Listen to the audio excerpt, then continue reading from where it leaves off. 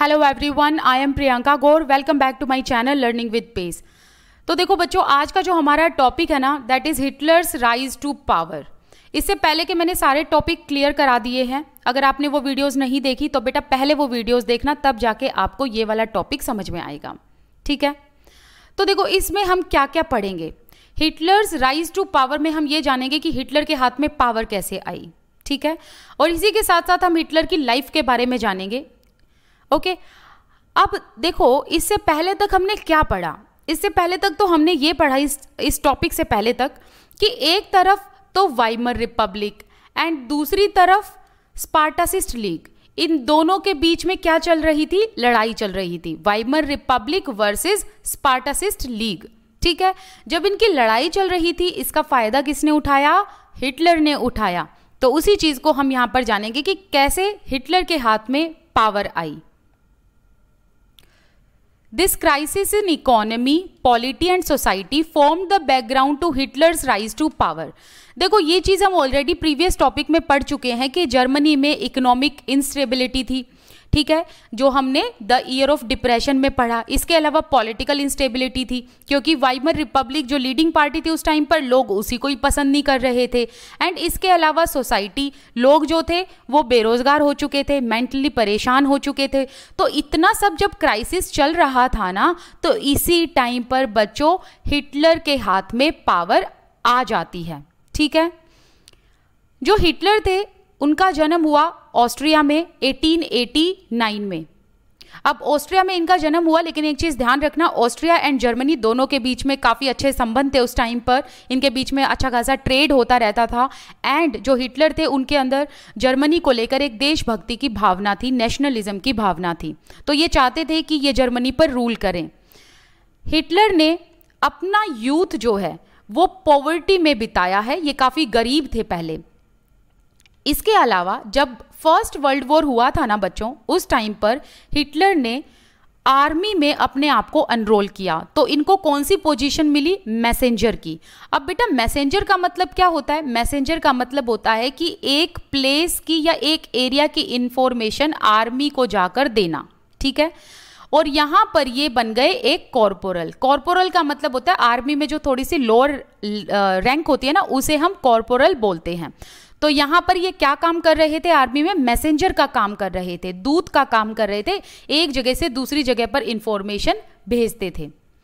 अब इन्होंने अपना काम बहुत ही ब्रेवरी के साथ किया, तो इसीलिए इनको बेटा मेडल भी मिले थे। अब लेकिन हुआ क्या, जब यहाँ ये फर्स्ट वर्ल्ड वॉर में मैसेंजर थे, इसी टाइम पर क्या हुआ कि जर्मनी जो है वो फर्स्ट वर्ल्ड वॉर में हार गया था। अब ये जो डिफीट था, डिफीट का मतलब है हारना। तो जब फर्स्ट वर्ल्ड वॉर में जर्मनी हारा ना, तो उससे हिटलर बहुत ही ज़्यादा हॉरिफाई हो गए थे। एंड इसके अलावा उन्हें गुस्सा तब बहुत आया जब ना वर्साइल्स ट्रीटी हुई। देखो वर्साइल्स ट्रीटी में जिस तरीके का जर्मनी को अपमान किया गया था, उस ट्रीटी पर साइन किया था वाइमर रिपब्लिक ने। और वाइमर रिपब्लिक ने जैसे ही वर्साइल्स ट्रीटी पर साइन किया, इससे जो है हिटलर को बहुत ज़्यादा गुस्सा आया। फ्यूरियस का मतलब होता है गुस्सा आना। फिर हिटलर ने 1919 में क्या किया? एक स्मॉल ग्रुप ज्वाइन किया। अब आपको उस ग्रुप का नाम पता होना चाहिए, जर्मन वर्कर्स पार्टी।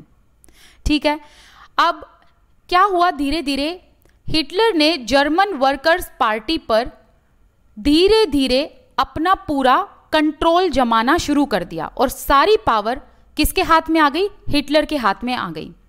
तो जब हिटलर ने इस पार्टी पर अपना पूरा कंट्रोल ले लिया ना, तो क्या किया बच्चों, उसने इस पार्टी को रीनेम किया, इसका एक दूसरा नाम रखा। तो अब नाम बदलकर क्या रख दिया गया? National socialist German workers. ठीक है, पहले नाम क्या था? German workers party. फिर जब हिटलर के हाथ में पावर आई ना इस ऑर्गेनाइजेशन की धीरे धीरे, तो उसने क्या करा? हिटलर ने इसका नाम चेंज कर दिया, और नाम चेंज करके ये नाम रखा national socialist German workers party. और बेटा इसी पार्टी को आप लोग नाजी पार्टी के नाम से जानते हो, जिसने हजारों लाखों लोगों को मरवाया। ठीक है, अब 1919 के 5 साल बाद, आफ्टर 5 years, 1923 में हिटलर एक प्लान बनाता है।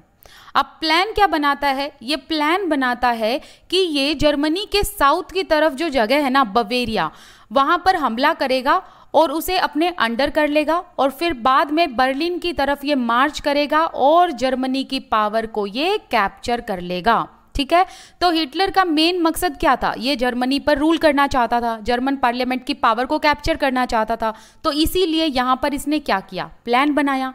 लेकिन क्या हुआ बच्चे, आगे जाकर इसका प्लान जो है ना वो फेल हो गया। इसको अरेस्ट कर लिया। किसने अरेस्ट किया, जो इस टाइम पर लीडिंग पार्टी थी। लीडिंग पार्टी कौन सी थी, वाइमर रिपब्लिक। तो लीडिंग पार्टी जो थी वाइमर रिपब्लिक, तो उन्होंने जो है हिटलर को अरेस्ट कर लिया। तो जो पुलिस थी जब जो लीडिंग पार्टी की मानती थी तो उसने हिटलर को अरेस्ट कर लिया एंड हिटलर पर एक केस चलाया ट्रीजन का, मतलब देशद्रोह का। अब ये केस काफी टाइम तक चला लेकिन बाद में हिटलर को रिलीज कर दिया। ठीक, देखो हिटलर को यहाँ पर ये बात समझ आ गई थी कि ये अगर अलग अलग प्लेसेस पर ऐसे अटैक करेगा या इसके अलावा ये किसी भी प्लेस को सीज करने की कोशिश करेगा या रेवोल्यूशन करने की कोशिश करेगा तो ये अनसक्सेसफुल हो जाएगा। क्यों, क्योंकि इसे पकड़ लिया जाएगा।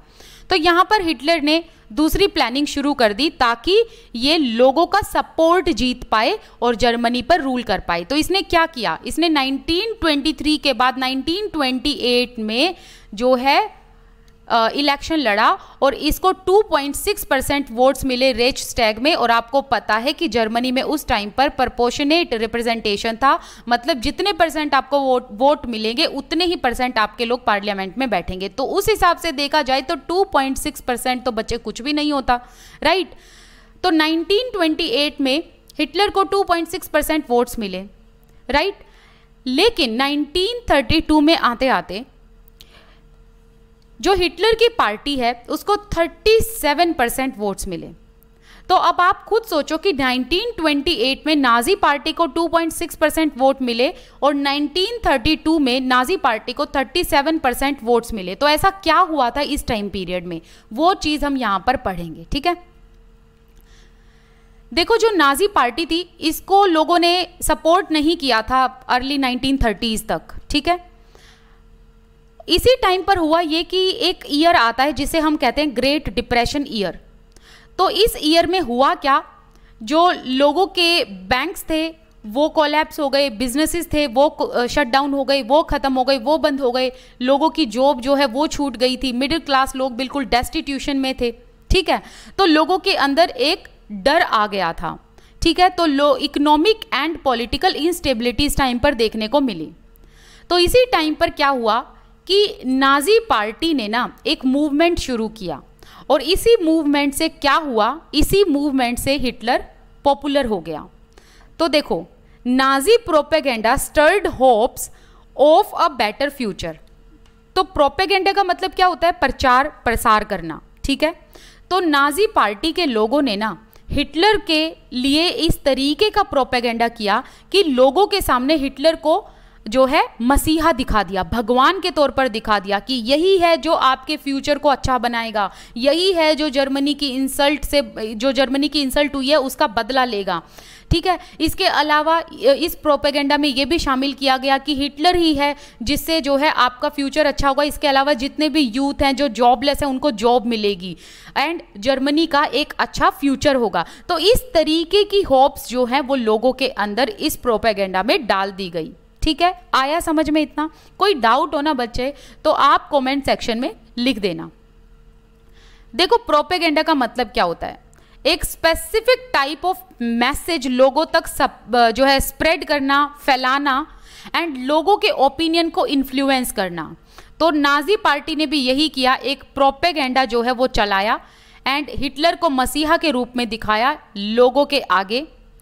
और इन्होंने क्या किया, नाजी पार्टी ने हिटलर के नाम पर पोस्टर छापे, फिल्म बनाई एंड हिटलर के जो स्पीचेस थे, मतलब हिटलर जिस तरीके का भाषण देते थे ना लोग इनको सुनते रह जाते थे, इस तरीके का पावरफुल भाषण ये देते थे, ऐसा बुक में लिखा हुआ है। ठीक है, तो ये जो प्रोपेगेंडा था ये काफ़ी सक्सेसफुल रहा। आप ये चिन्ह देख रहे हो, ये सिंबल हमारे यहाँ वैसे तो ये हिंदू समाज में स्वास्तिक माना जाता है, लेकिन ये जो है ये किसका था, ये चिन्ह ये था नाजी पार्टी का, ये सिंबल नाजी पार्टी का था। देखो बच्चों एक चीज ध्यान रखना, हिटलर एक पावरफुल स्पीकर था। जब ये भाषण देता था ना तो लोग इसे सुनते रह जाते थे। अब इसका जो पैशन था एंड भाषण के टाइम पर ये जिन शब्दों का यूज़ करता था वो शब्द सुनकर ना लोग बहुत ही ज़्यादा इम्प्रेस हो जाया करते थे।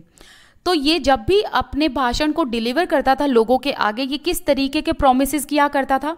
पहला प्रोमिस इसका ये था हिटलर का, ये कहता था जर्मन पीपल को कि ये स्ट्रॉन्ग नेशन को बिल्ड करेगा। इसके अलावा दूसरा ये कहता था कि ये वर्साइल ट्रीटी में होने वाले इनजस्टिस को अनडू करेगा, मतलब जर्मन पीपल के साथ जो अन्याय हुआ है वर्साइल ट्रीटी में उसे ये वापस लेकर आएगा, उस अन्याय को ये अनडू करेगा। इसके अलावा हिटलर ये भी प्रॉमिस करता था कि जो जर्मन पीपल हैं उनकी डिग्निटी को, मतलब उनके सम्मान को, उनकी रिस्पेक्ट को, उनके ऑनर को दोबारा से रीस्टोर करेगा। तो इस तरीके के प्रॉमिसेस हिटलर किया करता था। इसके अलावा हिटलर ने ये भी प्रॉमिस किया कि जो लोग आज के टाइम पर, जो यूथ आज के टाइम पर जॉबलेस है उनको काम मिलेगा, उनको काम दिया जाएगा, उनको जॉब दी जाएगी ताकि उनका फ्यूचर सिक्योर हो। इसके अलावा हिटलर ये भी प्रॉमिस करता था कि जो फॉरेन इन्फ्लुएंसर्स हैं, मतलब जो जर्मनी के दुश्मन हैं, उनकी कॉन्स्पिरेसी को ये बिल्कुल ख़त्म कर देगा। तो इस तरीके के प्रॉमिसेस जो है हिटलर किया करता था। अब देखो बच्चों, एक चीज़ मैं यहाँ बताना भूल गई, यहाँ पर आप देख रहे हो ये लोग किस तरीके से ऐसे हाथ को इन्होंने खड़ा किया हुआ है, तो ये ना एक तरीके का नाजी सैल्यूट होता था। तो लोग जो है हिटलर के आगे इस तरीके से सैल्यूट दिया करते थे जिसे कहा जाता था नाजी सैल्यूट, ठीक है। इसके अलावा यहाँ पर आप देख रहे हो ये एक तरीके की रैली है जो निकाली जाती थी हर साल, ठीक है, ये रैली निकाली जाती थी हर साल। हिटलर ने ना पॉलिटिक्स के नए स्टाइल जो डिवाइस किए थे उसमें क्या था कि इसको ये पता था कि रिचुअल्स की क्या सिग्निफिकेंस है एंड मास मोबिलाइजेशन में कितनी पावर है। दैट मीन्स ये मास मोबिलाइजेशन की स्पेक्टेकल में काफ़ी ज़्यादा विश्वास रखता था। अब देखो बच्चे, इसमें मतलब क्या हुआ कि स्पेक्टेकल्स इन मास मोबिलाइजेशन, देखो मास मोबिलाइजेशन का मतलब हुआ लोग। तो यहाँ पर इसको ये बिलीव था कि लोगों को ऐसे आसपास बिठाया जाए एंड लोगों के आगे ऐसे स्पेक्टेकल, दैट मीन्स कि आर्मी को ऐसे डिस्प्ले किया जाए। इससे क्या होगा, लोगों को आर्मी में भी विश्वास होगा, हिटलर में भी विश्वास होगा। इसके अलावा नाजीज, मतलब जो नाजी पार्टी थी वो मैसिव रैलीज निकालती थी एंड पब्लिक मीटिंग्स की जाती थी ताकि हिटलर के लिए सपोर्ट को डेमोन्स्ट्रेट किया जाए। सो ऑल एंड ऑल ये जो रैलीज होती थी एंड जो ये ह्यूज पब्लिक मीटिंग्स होती थी ये किस लिए होती थी, हिटलर को सपोर्ट करने के लिए होती थी। क्योंकि देखो हिटलर को अच्छे से पता था कि जब तक जनता मेरे पीछे है ना तब तक वो उसको कोई जर्मनी की गद्दी से नहीं उतार सकता, ठीक है। तो बहुत सारे तरीकों से हिटलर की पावर को स्पेक्टेकल किया जाता था, मतलब दर्शाया जाता था, या ये कह लो कि उसकी पावर को रिप्रेजेंट किया जाता था। जैसे कि रेड बैनर्स पर स्वस्तिका का निशान, इसके अलावा नाजी सैल्यूट दिया जाता था एंड जब हिटलर भाषण देता था ना तो उसके बाद लोगों की तालियां बजती थी, ठीक है। एंड आप जो यहाँ पर देख रहे हो इसमें भी क्या शो किया गया है, इस फोटोग्राफ में भी नाजी मूवमेंट के बारे में शो किया गया है, हिटलर की पावर को यहाँ पर दिखाया गया है। Nazi propaganda skillfully projected Hitler as a मसीहा और अ सेवियर। देखो नाजी प्रोपेगेंडा में, मतलब जो प्रचार प्रसार किया गया नाजी पार्टी के द्वारा, उसमें हिटलर को एक मसीहा दिखाया, एक सेवियर दिखाया। सेवियर मतलब ऐसा इंसान जो लोगों को मुश्किलों से बचाता है, एंड इस तरीके से उसको दिखाया कि यही एक हिटलर है, एक ऐसा मसीहा जो आपको आपकी डिस्ट्रेस से बाहर निकालेगा, जो आपको आपकी परेशानी से बाहर निकालेगा। It is an image that captured the imagination of people whose sense of dignity and pride has been shattered and who were living in a time of acute economic political crisis. देखो Versailles treaty के बाद and जब depression year आया तो उस time पर लोगों की जो प्राइड एंड डिग्निटी थी ना वो बिल्कुल शैटर हो चुकी थी, बिल्कुल ख़त्म हो चुकी थी। और उसी चीज़ का फ़ायदा किसने उठाया? नाजी पार्टी ने। इन्होंने प्रोपेगेंडा शुरू किया, हिटलर को यहाँ से चमकाना इन्होंने शुरू कर दिया। मतलब हिटलर को क्या किया इन्होंने हिटलर को एक मसीहा के तौर पर दिखाया, और हिटलर का जो बोलने का तरीका होता था वो इतना पावरफुल होता था कि लोग इसकी बातें सुनकर ऐसे ना यूं हो जाते थे कि हाँ बस यही है जो है, यही एक आशा की किरण है, यही हमें बचाएगा हर चीज़ से, ठीक है। तो इस तरीके से लोग जो है इसको देखने भी लगे थे, तो लोगों को ना इसमें एक रे ऑफ होप दिखती थी। अब हिटलर ने इसी टाइम का जब फ़ायदा उठाया और हिटलर के हाथ में पावर आ गई, जो कि हमने देखा कि हिटलर को 37% वोट मिले थे नाजी पार्टी को और इसे जिता दिया गया था। ठीक है, और ये कब की बात है, जब ग्रेट डिप्रेशन ईयर आया, उस टाइम पर हिटलर की जो पार्टी थी नाजी पार्टी, जब उन्होंने प्रोपेगेंडा शुरू किया ना, तब हिटलर का नाम सामने आया। एंड जब हिटलर ने लोगों को अपनी स्पीच सुनाई एंड लोगों को तरह तरह के प्रोमिसेस किए, तो लोगों ने इसमें विश्वास जताया और लोगों को लगा कि हाँ, अब हमारा फ्यूचर सिक्योर है। लेकिन आप नेक्स्ट वीडियो में पढ़ेंगे कि किस तरीके से डेमोक्रेसी का डिस्ट्रक्शन होता है। अब आप सोचेंगे डेमोक्रेसी कैसे? देखो बच्चों, ये 37% वोट देकर लोगों ने ही तो हिटलर को जिताया था, तो डेमोक्रेसी ही तो हुई। अब धीरे धीरे हिटलर इसी डेमोक्रेसी को क्या कर देता है? डिस्ट्रक्ट कर देता है, खत्म कर देता है। ये चीज़ हम पढ़ेंगे नेक्स्ट वीडियो में। आप मेरे साथ टेलीग्राम पर जुड़ सकते हैं। You can follow me on Instagram as well. Instagram की ID प्रियंका गौर 8 है। इसके अलावा आपने अगर मेरे चैनल को सब्सक्राइब नहीं किया तो प्लीज़ सब्सक्राइब करिए, अपने दोस्तों के साथ शेयर करिए इस वीडियो को। देखो बच्चों, जब आप ना वीडियो को शेयर करते हो, लाइक करते हो, कमेंट करते हो, बहुत अच्छा लगता है और फिर वीडियो बनाने का मन भी करता है। तो यहाँ से अगर मैं एफर्ट डाल रही हूँ तो आप भी मुझे अपना प्यार शो करिए। Thank you so much. This side Priyanka Gaur. I wish you all the best. Keep learning. Bye bye. Hello everyone, I am Priyanka Gaur. Welcome back to my channel learning with pace. तो आज का हमारा टॉपिक है द डिस्ट्रक्शन ऑफ डेमोक्रेसी, जिसमें हम ये पढ़ेंगे कि हिटलर ने जर्मनी में किस तरीके से डेमोक्रेसी को बिल्कुल खत्म कर दिया था, बिल्कुल डिस्ट्रॉय कर दिया था। ठीक है, देखो जैसे कि आपको पता है, नाजी पार्टी जो थी 37% वोट पाके जीत गई थी। अब इनके जो लीडर थे वो कौन थे? हिटलर थे। तो हिटलर की पार्टी जैसे ही जीती तो 30 जनवरी 1933 में क्या हुआ कि जर्मनी के जो प्रेसिडेंट थे, जिनका नाम था हिंडनबर्ग, उन्होंने हिटलर को कैबिनेट ऑफ मिनिस्टर की सबसे हाईएस्ट पोजीशन दे दी, जिसे हम क्या कहते हैं? उस पोजीशन को हम कहते हैं चांसलरशिप। ठीक है, जैसे कि देखो, अगर हम इंडिया की बात करें तो यहाँ पर प्रेसिडेंट का काम क्या है? प्रेसिडेंट का काम है साइन करना। प्राइम मिनिस्टर का काम क्या है? सारे देश को संभालना। ठीक है, ध्यान रखना, प्रेसिडेंट का काम है साइन करना, प्राइम मिनिस्टर का काम है सारे देश को संभालना। तो जिस तरीके से हमारे यहाँ प्राइम मिनिस्टर सारे देश को संभालते हैं, सारा कारभार संभालते हैं, उसी तरीके से जर्मनी की अगर हम बात करें तो चांसलरशिप के हाथ में वही पावर होती है जो पावर हमारे यहाँ प्राइम मिनिस्टर के हाथ में है। ठीक है, तो हिटलर को एक हाईएस्ट पोजीशन दे दी गई, जिसे हम कहते हैं chancellorship. By now the Nazis had manage to rally the conservatives to their cause. अब कंजर्वेटिव्स कौन थे? वो लोग जो ये चाहते थे कि कभी भी देश में डेमोक्रेसी ना आए, जो कभी बदलाव ही नहीं चाहते थे, जो हमेशा बिलीफ रखते थे कि राजा रानी ही होने चाहिए रूल करने के लिए। तो इसी टाइम पर क्या हुआ? नाजी पार्टी ने कंजर्वेटिव्स को भी अपने साथ मिला लिया। हैविंग एक्वायर्ड पावर, अब हिटलर के हाथ में जैसे ही पावर आई, Hitler set out to dismantle the structure of democratic rule. अब हिटलर के हाथ में जैसे ही पावर आई, हिटलर ने क्या सोचा कि जर्मनी में किस तरीके से डेमोक्रेटिक रूल को डिसमेंटल किया जाए, मतलब किस तरीके से डेमोक्रेसी को बिल्कुल खत्म कर दिया जाए। तो यहां पर हिटलर की प्लानिंग शुरू हुई। अब वो देखो हिटलर ने क्या करा। हिटलर यहां पर डेमोक्रेटिक रूल को डिसमेंटल करना चाहता था, राइट, कि डेमोक्रेटिक रूल जर्मनी में खत्म हो जाए। तो हिटलर ने इसके लिए प्रॉपर प्लानिंग की। पहली बात तो प्रॉपर प्लानिंग की ज़रूरत क्या थी? देखो, अगर हिटलर बिना किसी प्लानिंग के डेमोक्रेटिक रूल को हटा देता ना जर्मनी में, तो लोग इनके खिलाफ खड़े हो जाते। ठीक है, तो हिटलर के खिलाफ लोग खड़े हो जाते और हिटलर ये चाहता नहीं था। तो हिटलर ने एक प्रॉपर प्लानिंग की। प्लानिंग क्या की? ऐसा कहा जाता है कि हिटलर के ऑर्डर पर नाजी पार्टी ने जर्मन पार्लियामेंट बिल्डिंग में आग लगा दी थी। वैसे तो यहाँ पर मिस्टीरियस फायर लिखा हुआ है, क्योंकि ये अभी तक प्रूफ नहीं हो पाया था कि ये चीज़ हिटलर ने ही कराई थी। तो ऐसा सिर्फ कहा जाता है कि ये फायर हिटलर ने ही लगवाई थी जर्मन पार्लियामेंट बिल्डिंग पर। तो अब आपके माइंड में क्वेश्चन आएगा कि मैम हिटलर ने जर्मन पार्लियामेंट बिल्डिंग पर आग क्यों लगवाई थी? तो इस चीज़ को दोबारा से पढ़ना कि जो हिटलर है ना, ये जर्मनी में डेमोक्रेटिक रूल को डिसमेंटल करना चाहता था, मतलब डेमोक्रेसी को बिल्कुल ख़त्म कर देना चाहता था। तो इसके लिए इसने ये प्लानिंग बनाई थी कि अगर ये जर्मन पार्लियामेंट बिल्डिंग पर आग लगवा देगा तो क्या होगा, सारा का सारा ब्लेम जो है ना ये अपोजिशन पार्टी पर डाल देगा, ठीक है, वो पार्टी जो हिटलर के अगेंस्ट थी।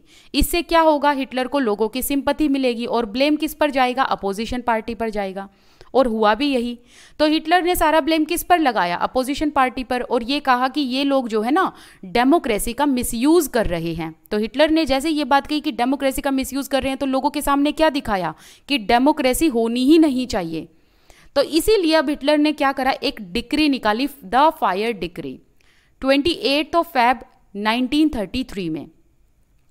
एंड इस फायर डिक्री में हिटलर ने क्या लिखा, इसमें हिटलर ने सिविक राइट को सस्पेंड कर दिया। मतलब जो भी फ्रीडम ऑफ स्पीच या फ्रीडम ऑफ प्रेस के राइट थे, मतलब कि अगर लोग हिटलर के खिलाफ लिखना भी चाहते थे, अब वो इसके खिलाफ लिख नहीं सकते थे। क्यों? क्योंकि द फायर डिक्री में लोगों की जो स्पीच एंड प्रेस की फ्रीडम थी वो हिटलर ने खत्म कर दी, इनसे वापस ले ली थी, ठीक है। हिटलर ने कहा भाई कि जो ये लोग हैं ना, जो लोग हैं वो डेमोक्रेसी का जो है मिसयूज कर रहे हैं। तो हिटलर ने यहाँ पर कहा तो इसीलिए मैं freedom of speech and press को क्या कर रहा हूँ, खत्म कर रहा हूँ, सस्पेंड कर रहा हूँ, क्योंकि अगर इस चीज़ को मैं सस्पेंड कर दूंगा तो हम अपना काम अच्छे से कर पाएंगे, ठीक है। एंड जो ये सिविक राइट लोगों को दिए गए थे ना, ये सिविक राइट दिए गए थे लोगों को वाइमर कॉन्स्टिट्यूशन में, जिन सिविक राइट को हिटलर ने सस्पेंड किया। अब हिटलर ने इतना करने के बाद, मतलब द फायर डिक्री में सिविक राइट को सस्पेंड करने के बाद सारा निशाना किस पर साधा, कम्युनिस्ट पर, ठीक है। कम्युनिस्ट कौन थे? जो हिटलर के अगेंस्ट में खड़े थे, जो हिटलर के कट्टर दुश्मन थे। तो अब क्या हुआ, हिटलर ने रातों रात कम्युनिस्ट को बंद करके कॉन्सेंट्रेशन कैंप में भेज दिया। अब ये कॉन्सेंट्रेशन कैंप क्या है, एक ऐसी जगह जहां पर ना पॉइजनस गैस छोड़ दी जाती थी एंड उस गैस से लोग मर जाया करते थे। तो रातों रात खूब सारे कम्युनिस्ट को जो है मार दिया गया। हिटलर ने ये कॉन्सेंट्रेशन कैंप ही इसलिए बनवाया था ताकि ये ज्यादा संख्या में लोगों को एक साथ मरवा सके। कम्युनिस्ट के साथ तो खैर बहुत ही बुरा हुआ था, क्योंकि इनको तो थोक के भाव में मारा गया था। जैसे कि अगर हम ड्यूसेलडॉर्फ एक सिटी है, स्मॉल सिटी, इसकी बात करें तो यहाँ पर कुछ इतनी अरेस्ट फाइल्स मिली हैं। तो आपको इन फाइल्स के नंबर याद नहीं रखने, बस आपको कॉन्सेप्ट क्लियर होना चाहिए। तो इन इतनी फाइल्स में से लगभग 1440 फाइल्स तो सिर्फ कम्युनिस्ट की अकेले की थी। तो आप सोच के देखो कि कम्युनिस्ट को तो थोक के भाव में मरवाया गया था। एंड कम्युनिस्ट अकेले ही नहीं थे जिनको कॉन्सेंट्रेशन कैंप्स में डाला था नाजीज ने। इन सब कॉन्सेंट्रेशन कैंप्स में ना 52 टाइप्स ऑफ विक्टिम्स थे जिनको परसिक्यूट किया गया था। 52 टाइप्स ऑफ विक्टिम्स में कौन कौन आ गए, जैसे जूज, जिप्सीज, क्रिपल्ड पीपल। इसके अलावा वो सारे लोग जो हिटलर के खिलाफ या नाजी पार्टी के खिलाफ बोलते थे, उनको कॉन्सेंट्रेशन कैंप में डाल दिया जाता था। अब 3 मार्च 1933 को क्या होता है, हिटलर एक एक्ट पास कर देता है और इस एक्ट के पास होते ही जर्मनी में डिक्टेटरशिप स्टैब्लिश हो जाती है। तो उस एक्ट का नाम क्या है, एनेबलिंग एक्ट।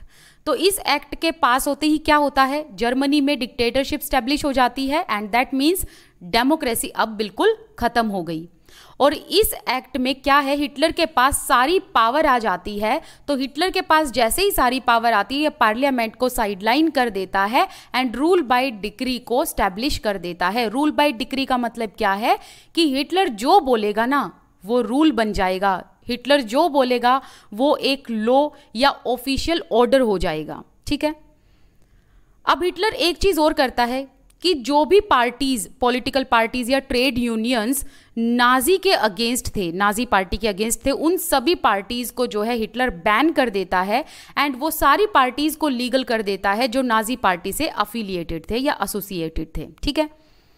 इसके अलावा अब हिटलर क्या करता है, इकोनॉमी, मीडिया, आर्मी, जुडिशरी, इन पर भी अपना कंट्रोल जमा लेता है। तो अब अगर इन पर भी हिटलर का कंट्रोल हो गया तो दैट मीन्स कि इकोनॉमी में, मतलब जो इकोनॉमिस्ट हैं वो भी हिटलर की मानेंगे एंड मीडिया वही छापेगी जो हिटलर चाहेगा, आर्मी वही अटैक करेगी जहां हिटलर चाहेगा, जुडिशरी भी वही करेगी जो हिटलर चाहेगा, राइट। सो हिटलर ने क्या करा, इस एक्ट के जरिए अपनी पावर को स्टैब्लिश कर लिया एंड रूल बाय डिक्री को स्टैब्लिश करके ये कहा दैट मीन्स कि जो हिटलर बोलेगा वही होगा, उसी को रूल माना जाएगा, उसी को लॉ एंड ऑर्डर माना जाएगा, ठीक है। इसके अलावा हिटलर ने क्या करा कि जितनी भी पॉलिटिकल पार्टीज या यूनियन ट्रेड्स नाजी पार्टी के अगेंस्ट थे उनको तो बैन कर दिया गया, एंड जो पॉलिटिकल पार्टी या ट्रेड्स नाजी पार्टी से अफिलिएटेड थे उनको लीगल कर दिया गया। ठीक है, अब हिटलर ने जब रूल बाय डिक्री स्टैब्लिश कर दिया, अनेबल एक्ट स्टैब्लिश कर दिया, तो अब होगा क्या, लोग आवाज उठाने लगेंगे हिटलर के खिलाफ। तो इसके लिए भी हिटलर ने ऑलरेडी एक प्लान सोच के रखा था कि लोग जैसे ही आवाज उठाएंगे तो लोगों पर निगरानी रखने के लिए एंड लोगों को कंट्रोल करने के लिए एक सिक्योरिटी फोर्स को क्रिएट किया जाएगा। तो ऐसा ही हुआ। हिटलर ने क्या करा, कुछ special surveillance and security force को क्रिएट किया ताकि लोगों पर कंट्रोल किया जा सके एंड सोसाइटी को उस ढंग से चलाया जा सके जिस ढंग से नाजीज चाहते थे। अब ऑलरेडी जर्मनी में रेगुलर पुलिस तो थी ही जो ग्रीन यूनिफॉर्म में रहती थी। इसके अलावा नाजी पार्टी ने क्या करा, कुछ अलग अलग तरह की पुलिस को भी इन्होंने रिक्रूट कर लिया, जैसे कि SA और जिसे हम कहेंगे स्टॉर्म ट्रूपर्स। इसके अलावा गेस्टापो जो कि एक सीक्रेट स्टेट पुलिस थी। इसके अलावा SS जो कि एक प्रोटेक्शन स्क्वाड था। अब ये जो प्रोटेक्शन स्क्वाड था ना, ये क्या करते थे, ये नाजी लीडर्स को प्रोटेक्ट किया करते थे, क्योंकि नाजी लीडर्स के ऊपर हमला होने का, अटैक होने का थोड़ा सा डर रहता था। ठीक है, इसके अलावा criminal police and SD that means security service. So इस तरीके की अलग अलग पुलिस को एंड अलग अलग सर्विलेंस को, सर्विलेंस का मतलब होता है लोगों पर नजर रखना या निगरानी रखना, तो लोगों पर नजर या निगरानी रखने के लिए, लोगों को कंट्रोल करने के लिए तरह तरह की जो पुलिस है उनको रिक्रूट किया गया। ठीक है, एंड नाजी पार्टी के पास तो देखो पावर थी ही, इसके अलावा ऑर्गेनाइज्ड फोर्सेस को एक्स्ट्रा कॉन्स्टिट्यूशनल पावर दे दी। तो अब क्या हुआ कि लोगों को ना गेस्पेटो टॉर्चर चैम्बर में डिटेन कर लिया जाता था। अगर लगा लो इन फोर्सेस को या नाजी पार्टी को किसी भी कम्युनिटी या किसी भी इंसान के खिलाफ ऐसे शक होता था कि ये हिटलर के अगेंस्ट है, तो उनको क्या करा जाता था, उनको पकड़ लिया जाता था और फिर बाद में उनको कॉन्सेंट्रेशन कैंप्स में भेजा जाता था, जिसकी हम यहाँ पर अभी बात करेंगे। एंड इसके अलावा इनके पास इतनी पावर भी थी कि किसी को भी देश से निकाला जा सकता था अपनी मर्जी से, या फिर लोगों को बिना किसी FIR के या फिर बिना किसी लीगल प्रोसीजर के उनको अरेस्ट कर लिया जाता था, कॉन्सेंट्रेशन कैंप भेजा जाता था एंड लोगों के साथ अत्याचार होता था। इसके अलावा जो पुलिस फोर्स थी उनके पास कौन सी पावर थी, रूल विद इम्प्यूनिटी। अब रूल विद इम्प्यूनिटी का मतलब क्या है, देखो इम्प्यूनिटी का मतलब होता है एग्जैम्पशन, किसी चीज से मुक्त होना। तो रूल विद इम्प्यूनिटी का मतलब यह है कि पुलिस फोर्स के पास एक पावर थी कि वो रूल कर सकते हैं विद इम्प्यूनिटी, मतलब इनको कभी भी सजा नहीं होगी। क्यों नहीं होगी, क्योंकि पुलिस फोर्स तो वही करती थी ना जो नाजी पार्टी बोलती थी, तो फिर इनको सजा क्यों होगी। तो पुलिस फोर्स को जो है एक्स्ट्रा पावर दे दी गई कि ये जो है रूल करेंगे एंड जो भी इंसान, जो भी कम्युनिटी नाजी पार्टी के अगेंस्ट बोलेगी, पुलिस फोर्स के पास ये अधिकार था कि वो उस इंसान को उठाकर डिटेन करके कॉन्सेंट्रेशन कैंप में डाल देगी। ठीक है, अब कॉन्सेंट्रेशन कैंप का मतलब समझिए, एक ऐसा कैंप जहां पर लोगों को आइसोलेटेड रखा जाता था, डिटेन कर लिया जाता था और कोई FIR नहीं होती थी, ना ही कोई लीगल प्रोसीजर होता था। ठीक है, इसके अलावा लोग भाग भी नहीं सकते थे उस जगह से। क्यों, क्योंकि जो वायर्स थी ना वो इलेक्ट्रीफाइड थी, मतलब बिजली के तार थे, ऐसे तार थे कि लोग वहां से भाग नहीं सकते थे, और भागेंगे ये तार की चपेट में आ जाएंगे, और अगर तार की चपेट से निकल गए तो आगे जो है पुलिस खड़ी हुई होती थी तो वो गोली मार देती थी। तो इस तरीके से जो हिटलर है ना उसका टेररिज्म चला। तो यहां पर दो चीजें आपको एक साथ समझनी है। दो चीजें क्या समझनी है कि डिक्टेटरशिप किस तरीके से स्टैब्लिश हुई एंड डेमोक्रेसी किस तरीके से खत्म हुई। ठीक है, इसके अलावा जितनी भी ये ऑर्गेनाइज्ड फोर्सेस थी इनको क्या क्या पावर दी गई। ठीक है, जिसमें आप रूल विद इम्प्यूनिटी वर्ड को ध्यान में रखना इंपॉर्टेंट है ये। ठीक है, सो यहां पर जो हमारा ये पॉइंट है ना ये कंप्लीट होता है। अब हम नेक्स्ट वीडियो में ना रिकंस्ट्रक्शन के बारे में बात करेंगे। तो अभी तक अगर आपने मुझे इंस्टाग्राम पर फॉलो नहीं किया तो वहां पर फॉलो कर लीजिए। मेरी आईडी आपको यहां स्क्रीन पर दिख जाएगी, प्रियंका गौर 8। इसके अलावा आप मेरे साथ टेलीग्राम पर जुड़ जाना, क्योंकि टेलीग्राम पर आपको नोटिफिकेशंस आ जाती हैं कि मैं कब लाइव आ रही हूं या मेरी कब नेक्स्ट वीडियो आ रही है। ठीक है, तो वहां पर भी आप जुड़ सकते हैं। तो इंस्टाग्राम एंड टेलीग्राम दोनों का लिंक आपको डिस्क्रिप्शन बॉक्स में मिल जाएगा। टिल देन जितना मैंने कराया उसको आप करिए, कोई डाउट है कमेंट सेक्शन में लिखिएगा। इसके अलावा आप चाहते हो तो मुझे अनअकैडमी पर भी फॉलो कर सकते हैं। आपको बस यही करना है कि अनअकैडमी पर मेरा नाम सर्च कर लेना, प्रियंका गौर। चलिए मिलते हैं नेक्स्ट वीडियो में। Thank you so much. This side Priyanka Gaur. I wish you all the best, keep learning. Thank you so much for watching this video. Bye bye. Hello everyone, I am Priyanka Gaur. Welcome back to my channel learning with pace. तो आज हम लोग बात करेंगे reconstruction के बारे में। तो ये वाला टॉपिक हम कंप्लीट करेंगे। उससे पहले मैं ये याद दिला दूं कि अभी तक हमने क्या क्या पढ़ा। देखो, हमने ये जाना कि हिटलर जो है उसने 37% वोट हासिल किए और वो जीत गया था। हिंडनबर्ग ने चांसलरशिप किसके हाथ में दे दी? जर्मनी की। तो हिंडनबर्ग ने जर्मनी की चांसलरशिप हिटलर के हाथ में दे दी। मैंने आप लोगों को ये बताया था कि जैसे अगर हम इंडिया की बात करें तो यहाँ पर पूरे देश का कार्यभार किसके हाथ में है? प्राइम मिनिस्टर के हाथ में है। सो इन द सेम वे अगर हम जर्मनी की बात करें तो जर्मनी का पूरा जो कार्यभार था वो किसके हाथ में था? चांसलर के हाथ में था। तो अब चांसलर कौन था? हिटलर थे। किसने बनाया था इनको चांसलर? हिंडनबर्ग ने बनाया था। तो जाहिर सी बात है, जब जर्मनी का सारा कारभार हिटलर के हाथ में होगा तो पावर भी उसी के हाथ में होगी। तो जैसे ही उसके हाथ में पावर आती है वो एक एक्ट पास कर देता है, इनेबलिंग एक्ट। अब इस एक्ट में वो क्या करता है?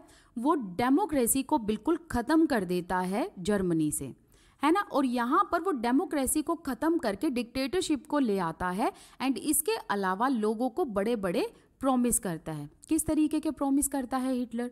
पहला तो ये उसने कहा कि मैं सभी लोगों को जॉब दूंगा, क्योंकि हमने ये देखा कि आफ्टर 1929 ग्रेट डिप्रेशन जो जर्मनी में आया था इकोनॉमिकली, तो ये देखा कि ना तो जर्मनी में जॉब थी लोगों के पास, एंड जो यूथ था वो बिल्कुल बेकार हो चुका था, चोरी चक्कारियाँ होने लगी थी, राइट।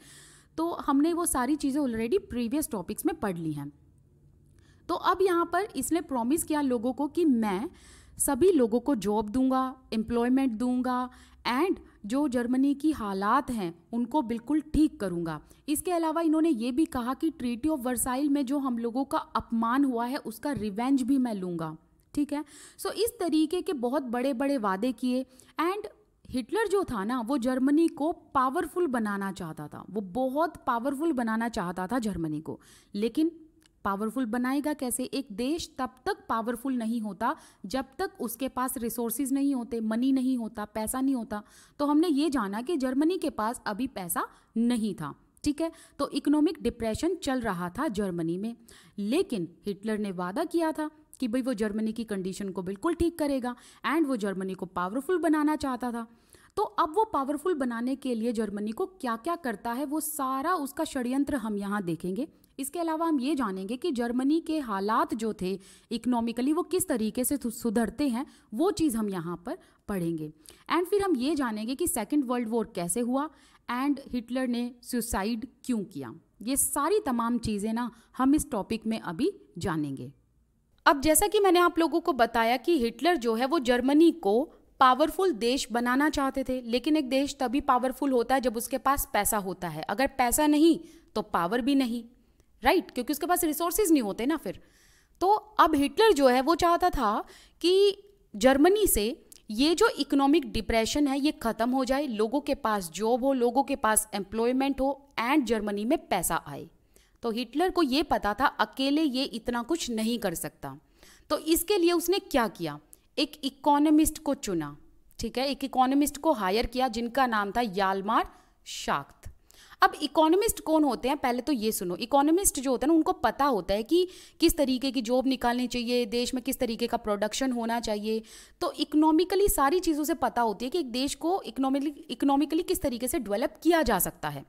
तो हिटलर ने क्या करा? एक इकोनॉमिस्ट को चुना जिनका नाम था याल्मार शाख्त, और उनको ये कहा कि अब भाई तुमको जो है जर्मनी में इकोनॉमिक रिकवरी करनी पड़ेगी, एंड ये सारी रिस्पॉन्सिबिलिटी मैं तुम्हारे हाथ में देता हूँ। तो याल्मार शाख्त ने अभी क्या करा? याल्मार शाख्त ने कहा कि हमें जर्मनी में फुल प्रोडक्शन करना है एंड फुल एम्प्लॉयमेंट देनी है लोगों को। ये उनका मेन एम था। अब प्रोडक्शन करने के लिए भी पैसा चाहिए। तो याल्मार शाक्त ने कहा कि हम क्या करेंगे, खुद के एक्सपेंडिचर जो है ना वो थोड़े कम कर देंगे, दूसरे देशों से हम थोड़ा थोड़ा लोन ले लेंगे, एंड गवर्नमेंट के पास ये जो पैसा होगा ना, फिर गवर्नमेंट क्या करेगी, state funded work creation program को शुरू करेगी। मतलब गवर्नमेंट के पास जो पैसा होगा तो गवर्नमेंट क्या करेगी, पैसा लगाएगी एंड लोगों को जॉब देगी, एंड गवर्नमेंट ही प्रोडक्शन करेगी, लोगों को एम्प्लॉयमेंट देगी।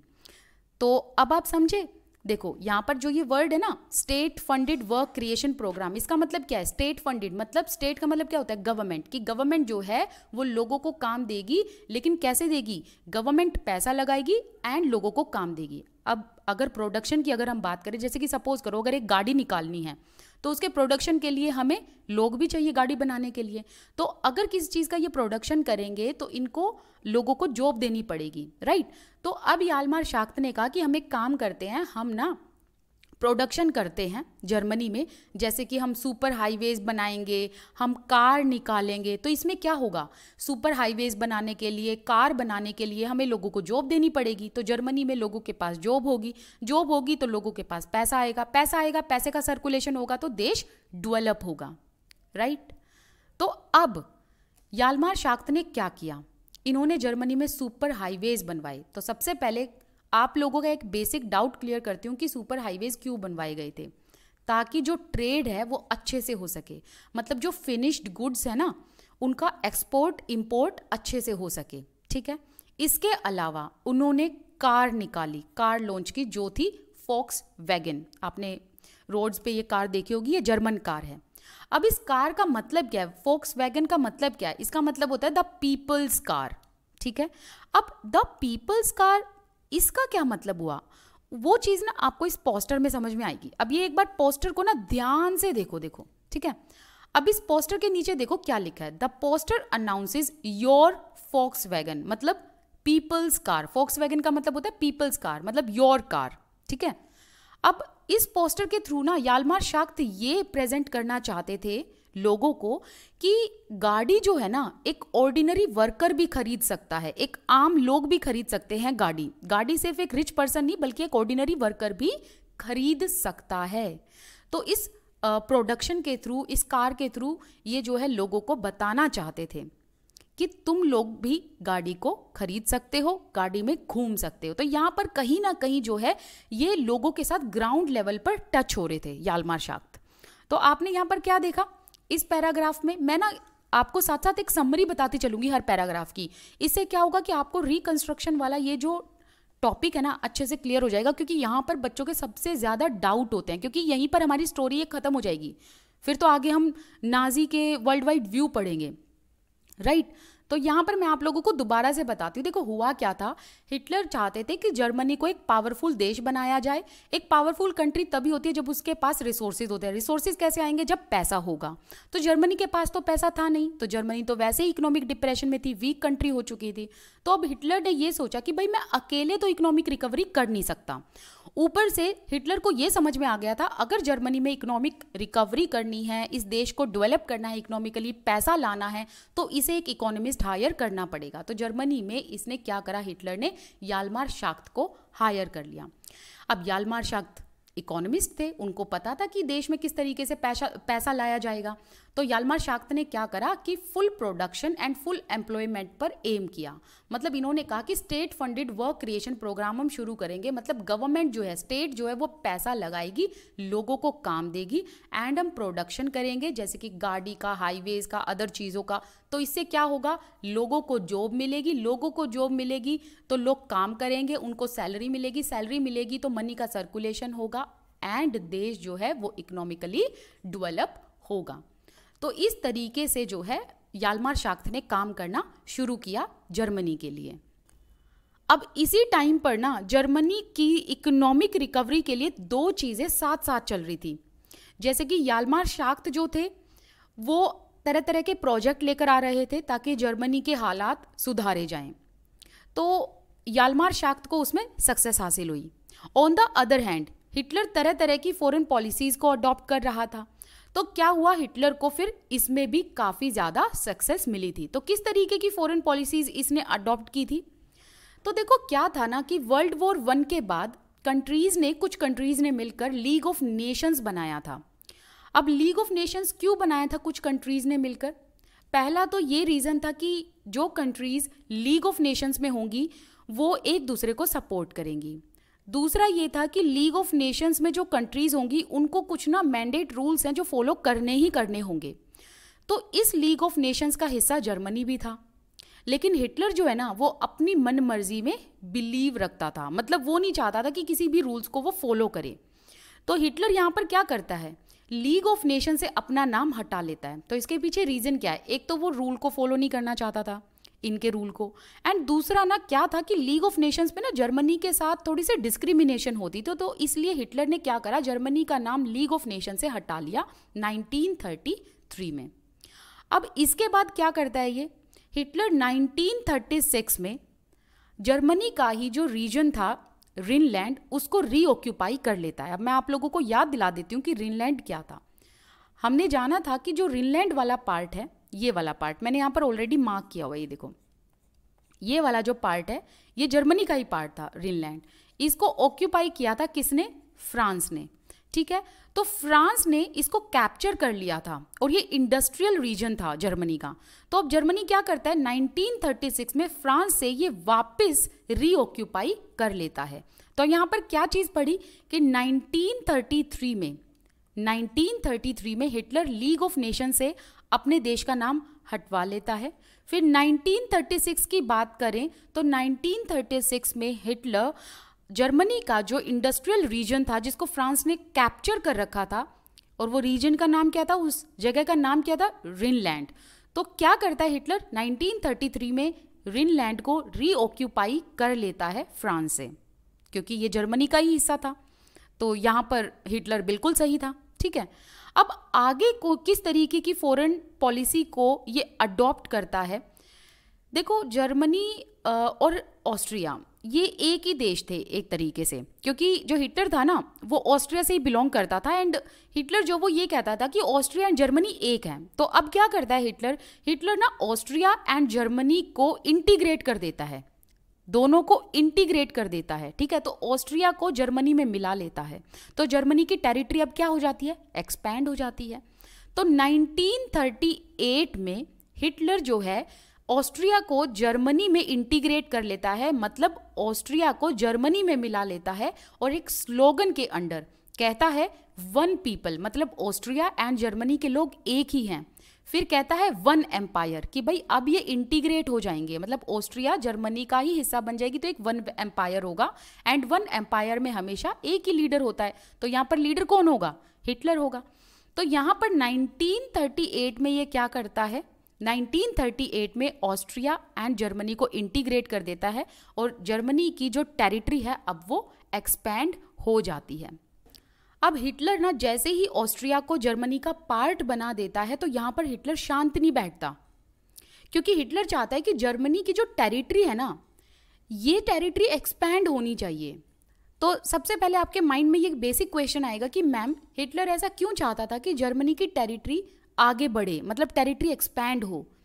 तो इसका रीज़न ये था कि देखो जितनी ज़्यादा आपके पास टेरिटरी होगी, मतलब टेरिटरी या एरिया जितना ज़्यादा एक्सपैंड होगा उतने ही ज़्यादा रिसोर्सेज आपके पास होते हैं, एंड जितने रिसोर्सेज होते हैं उतना ही अच्छा ट्रेड चलता है, जितना अच्छा ट्रेड होता है उतना ही पैसा आता है, और जितना पैसा आएगा वो देश उतना ही इकोनॉमिकली डेवलप होगा, है कि नहीं। तो अब हिटलर क्या करता है, हिटलर ना यहाँ पर शांत नहीं बैठता।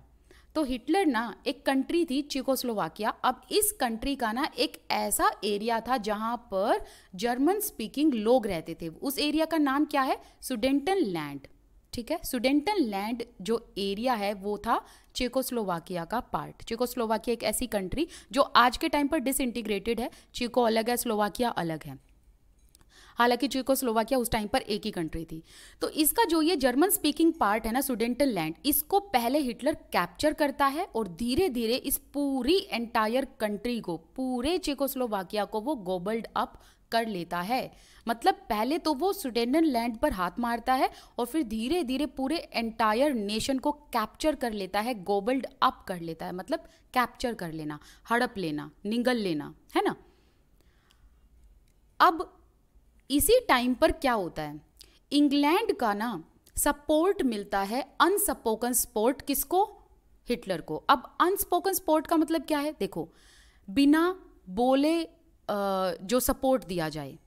जैसे कि इंग्लैंड ना इस टाइम पर शांत था, हिटलर जो भी कर रहा था ना उसमें इंग्लैंड इंटरफियर नहीं कर रहा था, बिल्कुल शांत बैठा था। और इंग्लैंड कहीं ना कहीं हिटलर का सपोर्ट कर रहा था ये सोच के कि भाई जो ट्रीटी ऑफ वर्साइल में जर्मनी के साथ हुआ ना वो गलत हुआ, मतलब इतना जर्मनी का अपमान नहीं होना चाहिए था, क्योंकि जितना भी ट्रीटी ऑफ वर्साइल में जर्मनी को झेलना पड़ा वो सब बहुत हार्श था। तो इसीलिए इंग्लैंड क्या कर रहा था? हिटलर के बीच में इंटरफेरेंस कर ही नहीं रहा था। अब देखो यहाँ पर ध्यान से सुनना, यहाँ पर हिटलर क्या करता है? फॉरेन पॉलिसीज को अडॉप्ट करता है। जैसे कि 1933 में लीग ऑफ नेशन से अपना नाम हटा लेता है। एक तो ये फॉरेन पॉलिसी का पार्ट हुआ। दूसरी पॉलिसी, ग्रीनलैंड को ये रीऑक्यूपाई कर लेता है। हालांकि ग्रीनलैंड जो है जर्मनी का ही पार्ट था, बट ये फ्रांस से रीऑक्यूपाई कर लेता है। एंड थर्ड क्या था? थर्ड ये था कि ये जर्मनी जो है इसमें ऑस्ट्रिया के पार्ट को, ऑस्ट्रिया को इंटीग्रेट कर लेता है हिटलर। फिर उसके बाद भी हिटलर शांत नहीं बैठता। अब वो क्या करता है? पहले सुडेंटनलैंड को कैप्चर करता है और फिर पूरी की पूरी जो ये कंट्री थी चेकोस्लोवाकिया, इसको गोबल्ड अप कर लेता है। तो अब इतना सब कुछ हिटलर कर रहा था तो इंग्लैंड जो है ना इस किसी भी चीज़ में इंटरफेयर नहीं कर रहा था। बस रीज़न ये था कि इंग्लैंड ये सोच रहा था कि भाई जो भी जर्मनी के साथ हुआ ना इस वर्साइल ट्रीटी में, वर्साइल वर्डिक्ट में, वो सब गलत था, ज़्यादा हार्श था, मतलब इतना नहीं होना चाहिए था जर्मनी का अपमान। तो इसीलिए इंग्लैंड जो है वो अनस्पोकन सपोर्ट दे रहा था, मतलब चुपचाप बैठा था, शांत बैठा था। ऊपर से इंग्लैंड वालों को ये भी था कि भाई जब तक हमारे घर में आग नहीं लगेगी तो हम क्यों बोलें, तो इसलिए इंग्लैंड चुप था इस टाइम पर। ठीक है, अब हिटलर जर्मनी की इकोनॉमिक रिकवरी करने के लिए इतना सब कुछ कर रहा था, तो धीरे धीरे क्या हो रहा था कि जर्मनी को सक्सेस मिल रही थी। ठीक है, जर्मनी में स्टेबिलिटी आ चुकी थी, हिटलर को सक्सेस मिल रही थी, फॉरेन पॉलिसीज उसकी सक्सेसफुल हो चुकी थी, एंड जो उन्होंने इकोनॉमिस्ट को हायर किया था उनके प्रोजेक्ट भी सक्सेसफुल हो रहे थे।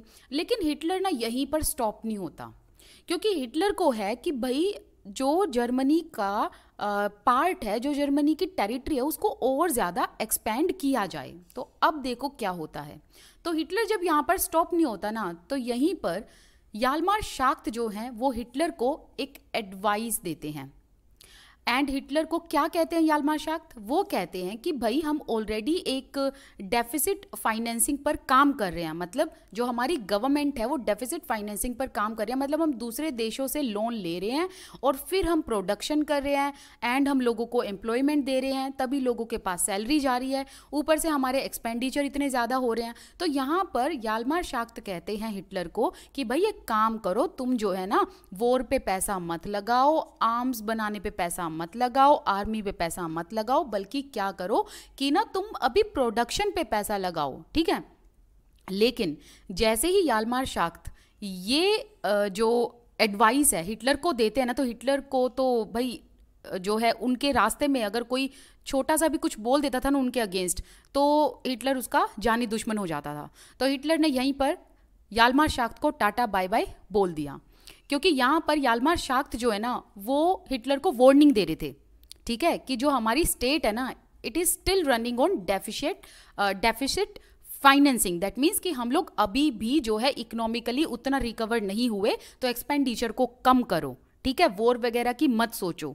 एंड रीआर्मामेंट मतलब वेपन्स पे, आर्मी पे, इन सब पे पैसा मत लगाओ। ठीक है, इन पे पैसा मत इन्वेस्ट करो।